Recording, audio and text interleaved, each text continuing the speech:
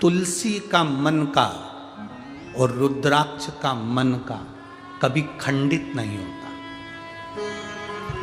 बहुत ध्यान देना, जिस तुलसी के मनके से आप माला जपते हो, रुद्राक्ष के मनके से आप माला जपते हो, उसका मनका भी अगर टूट गया है तो उसको झोली में ही पड़े रहने दो, क्योंकि तुम्हारी माला जपते जपते जपते जपते वो मनका इतना राम में रम गया, इतना हरि विठ्ठल में रम गया, इतना शिव में रम गया कि वो मनका सिद्ध हो गया।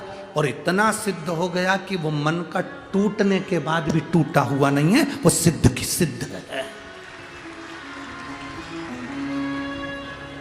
किसी भी देवता की मूर्ति टूट जाती है तो खंडित कहलाती है।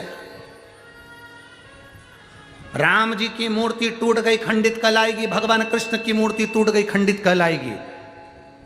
दत्त की मूर्ति टूट गई, खंडित कहलाएगी। जिस देवता की मूर्ति है जरा सी भी टूट गई तो खंडित कहलाती है।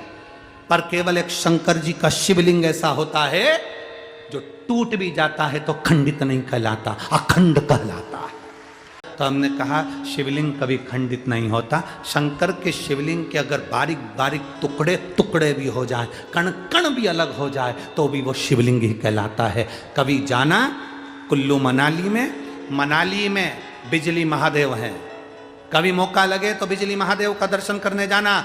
आसमान में जो बिजली चमकती है वो बिजली महादेव पर गिरती है, उसका नाम बिजली महादेव है। बिजली महादेव पर गिरती है तो महादेव के शिवलिंग के टुकड़े टुकड़े हो जाते हैं। इतने टुकड़े होते हैं कि उसको बारीक बारीक टुकड़ों को वापिस जोड़ना पड़ता है। शिवलिंग के टुकड़े टुकड़े हो जाते हैं। बिजली महादेव पर बिजली गिरती है, टुकड़े टुकड़े हो जाते हैं। जब टुकड़े टुकड़े हो गए तब एक परिवार में, उसके परिवार में कोई विकलांग है, वो विकलांग ऊपर जाता है। उसके घर में कोई ना कोई विकलांग जरूर होता है। वो सब दूर से माखन मंगकर ऊपर जाता है, बिजली महादेव के टुकड़े टुकड़े इकट्ठे करता है, मक्खन से उसको जोड़ देता है। जोड़कर 1 लोटा जल समर्पित करता है। फिर हाथी के पांव से भी तोड़वाओ तो वो महादेव नहीं टूटते हैं, उसको बिजली महादेव कहते हैं।